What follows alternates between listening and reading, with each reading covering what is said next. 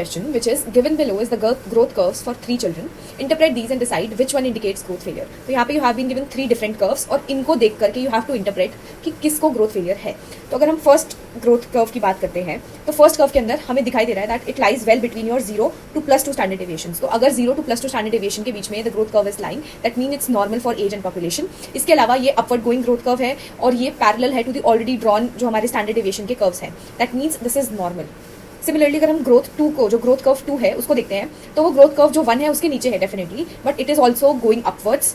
दूसरी चीज़ ये हमारा 0 से लेके -2 स्टैंडर्ड डेविएशंस के बीच में लाई कर रहा है, ठीक है. और तीसरी चीज़ क्या है that it is parallel to your already जो हमारा 0 सेंटाइल जो ड्रॉ किया गया है यहाँ पे जो 0 स्टैंडर्ड डेविएशन उसके साथ में ये पैरेलल है. दैट मीन्स ये भी हमारा नॉर्मल है बिकॉज वी से कि +2 से लेकर के -2 स्टैंडर्ड डेविएशन के बीच में जो भी चीज़ लाई कर रही है that is normal for your population. तो दैट मीन्स जो हमारा 1 और 2 है both of these are normal.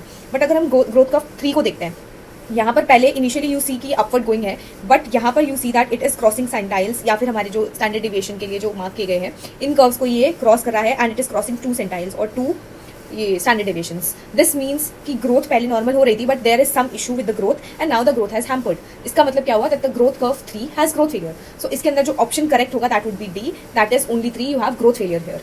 तो अगर हम ग्रोथ कर्व्स देखते हैं तो there are some red flag signs which you need to identify and act quickly. So let's learn what are these red flags you have to be careful about. So the first is height less than 3rd centile, or you can say when the height is less than -2 standard deviation, then it's a red flag and you have to act quickly. Then you have height velocity less than 4 centimeter per year. So after infancy, anytime if the height velocity is less than 4 centimeter per year, this indicates that growth is not adequate and it's a red flag sign.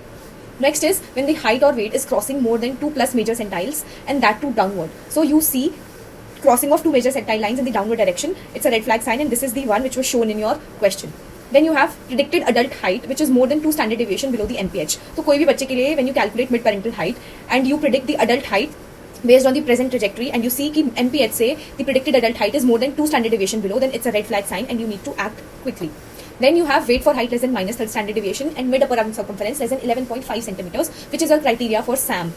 If you find this, you need to act fast and do nutritional rehabilitation for these children.